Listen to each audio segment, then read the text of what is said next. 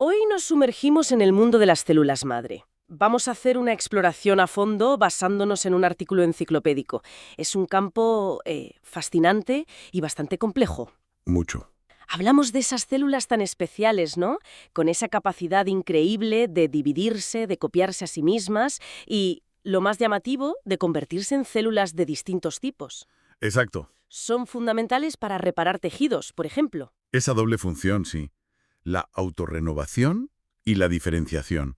Ahí reside su enorme potencial terapéutico. Pero también la controversia, ¿no? También. Es la raíz de muchos debates, como ya veremos. Entiendo que no todas son iguales en cuanto a esa capacidad de transformarse. El artículo menciona la potencia. ¿Cómo se clasifican? ¿Qué niveles hay? Pues sí, hay una especie de jerarquía. A ver, arriba del todo estarían las totipotentes. Las más capaces. Las más. Pueden generar un organismo entero, completo, incluida la placenta. El cigoto, vamos. Vale, el inicio de todo. Eso es. Luego, un poquito por debajo, las pluripotentes. Estas ya no forman un organismo entero, pero sí cualquier célula del cuerpo, de las 3 capas embrionarias. Las células madre embrionarias que tanto dieron que hablar. Esas mismas, las del blastocisto, fueron el foco inicial, sí. Y la fuente de mucha polémica ética. Pero entonces llegó una alternativa muy importante, ¿verdad? Las famosas IPS. Exacto. Las células madre pluripotentes inducidas. Un avance espectacular de Shinya Yamanaka. Que le valió el Nobel. Y con razón. Consiguió reprogramar células adultas normales, como las de la piel, y hacer que volvieran a un estado pluripotente, muy parecido al embrionario. Increíble. O sea, sin usar embriones. Esa es la clave. Evita el uso de embriones y, además, como se pueden obtener del propio paciente, pues abre puertas a minimizar el rechazo inmunitario. Es un cambio de paradigma. Entiendo. Y luego, claro, están las multipotentes, ya más restringidas. Generan células de un linaje concreto, por ejemplo, las hematopoyéticas, que forman la sangre. Las de la médula ósea. Esas, o las mesenquimales para hueso cartílago. Y finalmente las unipotentes, que ya solo se diferencian en un único tipo celular. Las musculares, por ejemplo. Qué pasada eso de poder rebobinar células adultas. Entonces, aparte de reprogramar, ¿de dónde más sacamos hoy estas células? El artículo citaba varias fuentes. Sí, hay varias. A ver, aparte de los embriones que quedan de la fecundación in vitro, que su investigación sigue siendo importante. Claro, para entender el desarrollo. Y de técnicas que buscan no destruirlos, han ganado mucho peso otras fuentes. El cordón umbilical, por ejemplo. Ah, sí, eso se oye mucho. Es una fuente estupenda de células multipotentes. Fácil de recoger, se almacena bien, baja probabilidad de rechazo. Muy valiosa. ¿Y qué más? Pues el líquido amniótico también. Contiene células mesenquimales y no tiene controversia ética. Incluso, fíjate, la pulpa de los dientes. ¿De los dientes? Y de los dientes de leche, por ejemplo. También tienen células mesenquimales accesibles. Vaya, qué curioso. Con tantos tipos y fuentes, las aplicaciones deben ser, muy variadas. ¿Qué se hace ya con éxito? ¿Y qué se está investigando? A ver, el éxito más claro, lo que ya es una realidad clínica, son los trasplantes de médula ósea o de sangre de cordón. Para leutemias y cosas así, ¿no? Exacto. Leucemias, anemias graves, inmunodeficiencias, ahí salvan vidas. Eso está establecido. Y más allá. Más allá, la investigación está, en plena ebullición. Se explora muchísimo en medicina regenerativa. Para reparar tejidos. Como la piel. Piel para quemados, músculo del corazón después de un infarto.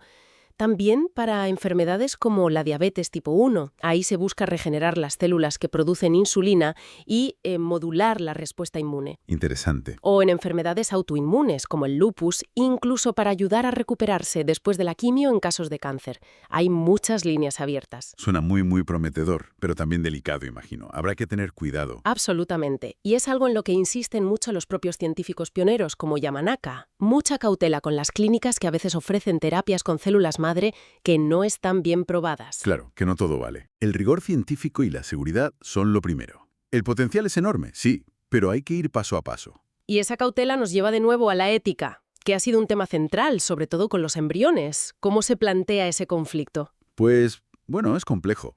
Esencialmente choca la idea de que el embrión temprano es ya una vida humana, con derecho a no ser destruida. La inviolabilidad. Eso es, frente al potencial médico tan grande para curar enfermedades, para aliviar sufrimiento. Y a menudo se usan embriones de FIV que de todos modos no se iban a implantar. que se iban a descartar. Un dilema difícil. Mucho. ¿Y cómo han afectado las IPS y estas otras fuentes, como el cordón, a este debate? Pues lo han cambiado bastante, bastante. La posibilidad de tener células pluripotentes sin usar embriones con las IPs o usar fuentes como el cordón, el líquido amniótico, la pulpa dental. Que no implican destruir embriones. Exacto. Pues ofrecen alternativas que esquivan, digamos, el núcleo duro del conflicto ético. Pero no lo eliminan del todo, entiendo. No, porque la investigación con las células madre embrionarias sigue siendo muy importante para entender los mecanismos básicos del desarrollo.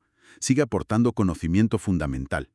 En resumen, yo diría que las células madre son una frontera apasionante. En biología, en medicina, tienen un potencial regenerativo extraordinario. Sí, se ve claramente. Y los avances técnicos, sobre todo las IPS y el buscar nuevas fuentes, pues están abriendo caminos muy, muy esperanzadores. Mientras, claro, la reflexión ética tiene que seguir acompañando a la ciencia. Como debe ser. Y nos queda una pregunta ahí, flotando.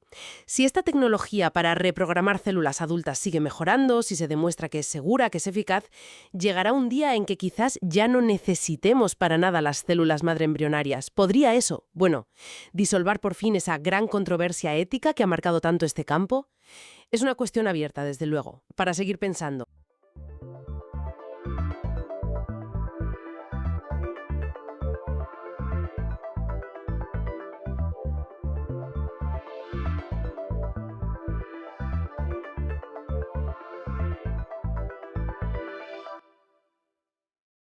Bueno, hoy ponemos el foco en Budapest, la capital húngara, esa ciudad fascinante partida por el Danubio. Exacto. Vamos a hacer una exploración basada en la Wikipedia en español, para entenderlo un poco mejor. Sí, la idea es ver qué la hace tan especial, ¿no?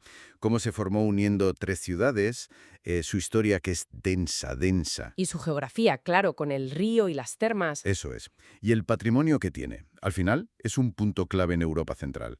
Hoy viven allí, pues, casi 1.750.000 personas. Que se dice pronto. Oficialmente la ciudad como tal nace en 1873. Sí, al unirse Buda y Óbuda en la orilla oeste, con Pest, que está en la este. Pero claro, la historia de ese sitio viene de mucho, mucho antes. Muchísimo antes. Hablamos de celtas y luego los romanos con Aquincum. Que no era una ciudad cualquiera. Para nada. Fue capital de Panonia Inferior. Dejaron restos importantes. Calzadas, anfiteatros. Se nota la huella romana. Y después, en el siglo IX, ya llegan los húngaros, los magiares. Eso es. Y un momento clave y bastante terrible fue la invasión mongola, en 1241. Que arrasó bastante, ¿no? Sí, pero fíjate, eso llevó al rey Bela IV a reconstruir y sobre todo a fortificar. Y eligió las colinas de Buda. Una decisión estratégica. Totalmente. Y funcionó. Para 1361, Buda ya era la capital húngara. Y vivió un momento de esplendor cultural, bueno, increíble en el Renacimiento. Con Matías Corvino. Exacto. Y su famosa Biblioteca Corviniana.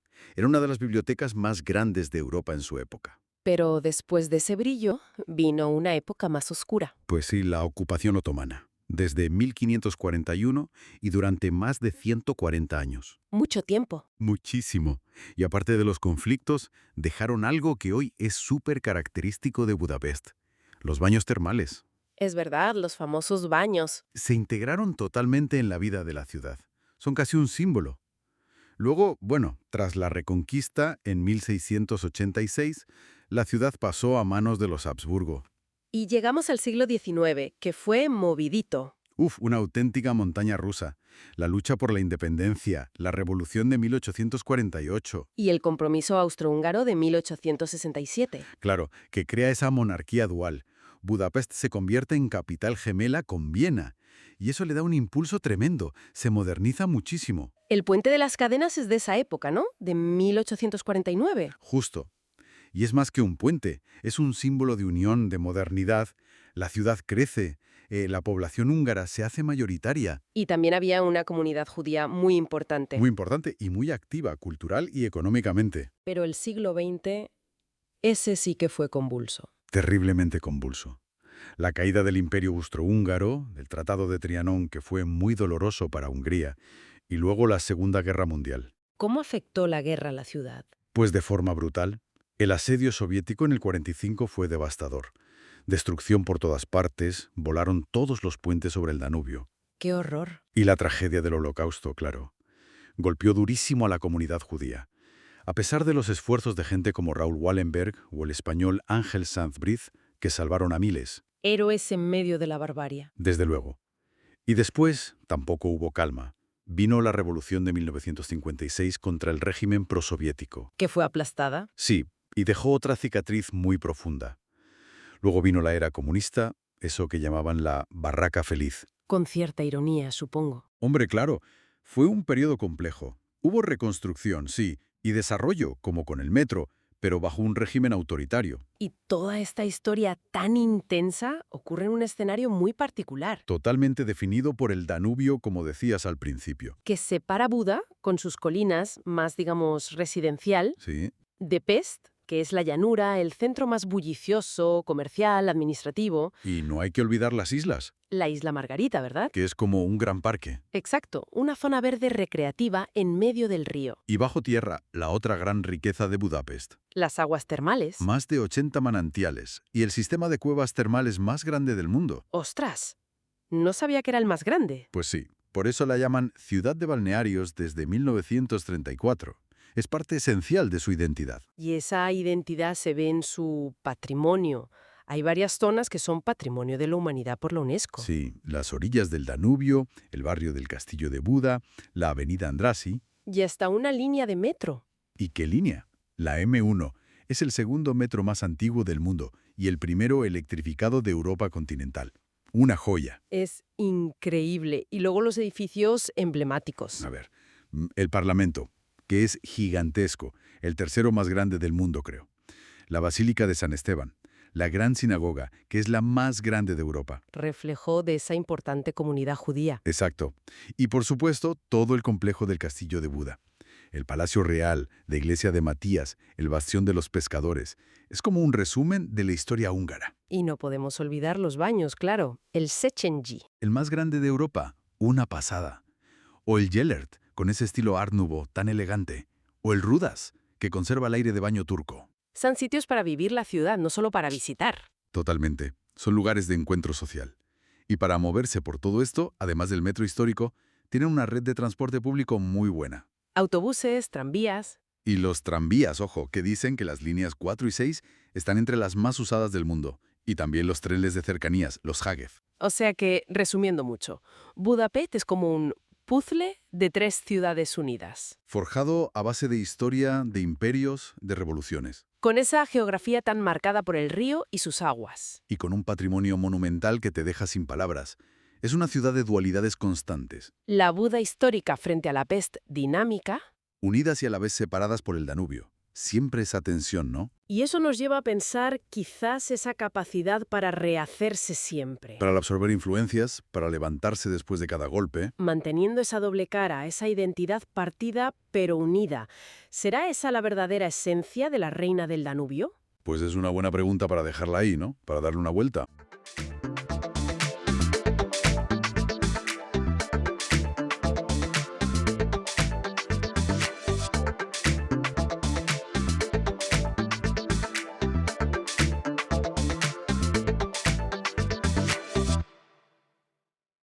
Bienvenidas y bienvenidos. Hoy nos metemos de lleno en un tema que cambió el mundo. Las invasiones mongolas del siglo XIII. Vamos a usar como guía un artículo enciclopédico bastante completo para entender esta expansión por Eurasia que fue, brutal y rapidísima.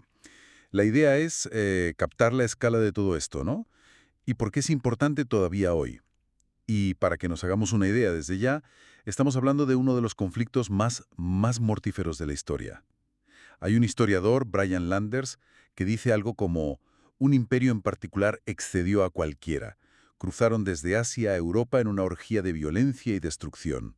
El terror, los desplazamientos, a una escala nunca antes vista. O sea que el tema es fuerte. Vamos a ello. Todo empieza más o menos con Genghis Khan unificando tribus nómadas allí en Asia Central. Eso es, mongolas, túrquicas, y a partir de ahí la expansión fue, meteórica. Empezaron por el imperio joresmita, ¿verdad? Lo que hoy sería Uzbekistán, por ahí. Exacto, y aquí ya se ve algo terrible, la metodología que usaban. ¿A qué te refieres con metodología? Pues que no era solo violencia porque sí, ¿entiendes? Era sistemática, calculada. Las ciudades que se atrevían a resistir eran arrasadas, punto. La fuente menciona Termes, por ejemplo. Cogieron a toda la población, la llevaron a una llanura y, bueno, la ejecutaron. Madre mía. Sí, sí, y había cuotas de ejecución por soldado. Después de tomar Cuña Urgens, se dice que cada guerrero tenía que matar a 24 personas. Imagínate. Es una brutalidad industrial, casi. Cuesta hacerse a la idea. Totalmente. Y ojo que tenemos testimonios de la época, como el de Juan de Plano Carpini. Él visitó Kiev, que era el centro de la Rus Novgorod, estos principados eslavos, pues la visitó en 1246, unos años después del ataque mongol. ¿Y qué cuenta? Es desolador. Dice algo así como: hicieron grandes estragos, pusieron cerco a Kiev, la tomaron y trajeron muerte a los habitantes. Y sigue: cuando estábamos viajando nos encontramos con innumerables calaveras y huesos. Kiev había sido una ciudad muy grande. Ahora se ha reducido casi a la nada. Uf, Habla de que quedarían unas 200 casas en pie, de una gran ciudad. Terrible. Y esto era solo principio, ¿no? Porque siguieron hacia el oeste, Irán, Irak, Siria. El asedio de Bagdad en 1258. Eso tuvo que ser un golpe tremendo. Saquear el centro del poder islámico de siglos. Sí, fue un antes y un después. Pero esa expansión tuvo un límite en esa zona. Fueron frenados por primera vez, y esto es importante, en Ain Yalut, en Galilea, en 1260. ¿Quién los frenó? Los mamelucos egipcios, una casta de soldados esclavos que se habían hecho fuertes en Egipto, consiguieron una victoria crucial. Vaya. Y un detalle muy curioso que menciona a la fuente sobre esa campaña en Oriente Medio. 1000 ingenieros chinos acompañaron a Hulagu Khan. 1000 ingenieros. Sí, del norte de China, para ayudar en los asedios, supongo. Te da una idea de la organización que había detrás. No eran solo hordas a caballo, ¿sabes? Había logística. Claro, claro. Interesante. Y mientras esto pasaba en el oeste, ¿qué ocurría en el este? Pues, a ver, en el este también avanzaban sin parar. Invadieron China. Finalmente, Kublai Khan fundó allí la dinastía Yuan en 1271. La famosa dinastía Yuan. Exacto. Y Corea, bueno, Corea fue sometida después de varias campañas muy duras, la convirtieron en un estado vasallo. O sea que pagaba tributos y obedecía, pero mantenía algo de autonomía. Eso es. Luego intentaron invadir Japón. 2 veces. Y también Vietnam. ¿Y lo consiguieron? Pues no. Fracasaron en ambos sitios. Aunque Dai Viet, o sea, Vietnam, sí acabó pagando tributo para que la dejaran en paz, digamos, e incluso hicieron incursiones por Birmania, un frente oriental gigantesco también. Vale, o sea, Oriente Medio, China, Corea, intentos en Japón, Vietnam. Y nos queda Europa. Europa. Pues destrozaron la Rus de Kiev, la mayoría de los principados, aunque algunas ciudades como Novgorod y Pskov se libraron de la destrucción directa. ¿Cómo? Pues aceptando ser vasallas, pagando tributo y sometiéndose. Ah, claro. Y luego, claro, las invasiones de Polonia, Hungría, llegaron hasta Bulgaria. Era lo que decíamos al principio citando a Landers y Laurie. Llevaron el terror a Europa a una escala, bueno, desconocida hasta el siglo XX. Conquistaron un territorio inmenso. ¿Cómo lo gestionaban? No podía ser fácil. Ahí está, esa es otra clave. No era solo conquistar y ya está. Tenían centros administrativos como Karakorum, sí, pero gran parte del poder se basaba en una red enorme de estados vasallos y tributarios. ¿Vasallos? ¿Como los de la Rus? Exacto, pero es que la red era increíblemente diversa. Fíjate, principados rusos, sí, pero también Bulgaria, Serbia en los Balcanes, reinos del sudeste asiático, Dai Viet, el Imperio Jemer en Camboya, Goryeo en Corea. Vaya lista. Y espera, incluso estados cruzados como Antioquía, el Imperio de Trebisonda, hasta el Imperio bizantino pagó tributo en algún momento. ¡Qué barbaridad! Eso da una perspectiva distinta, ¿no? El poder real iba mucho más allá de las fronteras conquistadas directamente. Claro, era una red de influencia y sumisión enorme. Vale, entiendo. Pero entonces, volviendo a Oriente Medio, si eran tan arrolladores, ¿por qué se frenaron después de Ain Yalut? ¿Qué pasó? Pues, la fuente sugiere una mezcla de cosas. Por un lado, parece que empezaron a tener líos internos, luchas por la sucesión dentro del propio imperio mongol, que desviaron tropas y atención. Lo típico en los imperios, ¿no? Sí. Y por otro lado, factores, digamos, ambientales. Parece que la zona de Siria-Palestina no tenía suficientes pastos para mantener a esos ejércitos gigantescos de caballería a largo plazo. Ah, mira, tiene lógica. Caballos y más caballos necesitan comer. Exacto. Y bueno, aunque fundaron la dinastía Yuan en China, esa tampoco duró para siempre. No. Fue derrocada por la dinastía Ming, China, en 1368. Al final, el gran imperio mongol se acabó fragmentando. Pero el impacto... El impacto fue gigantesco. Como dice el académico Zai, que cita el artículo, a pesar de la fragmentación, esas décadas de conquista cambiaron Eurasia para siempre, no hay duda. Entonces, para resumir, una expansión a una velocidad y con una brutalidad casi impensables, crearon uno de los imperios terrestres más grandes de la historia, sí, pero sostenido no solo por conquista directa, sino también por una red muy compleja de vasallaje. Exacto. Y esto, bueno, nos deja una pregunta para pensar, ¿no? Si pones en la balanza esa destrucción masiva, esos desplazamientos humanos brutales, y al otro lado las estructuras políticas que crearon, esa red de vasallos, ¿qué nos dice todo esto sobre cómo se construyen los imperios? Y sobre su coste humano real. Un coste que quizás, de alguna manera, todavía resuena siglos después.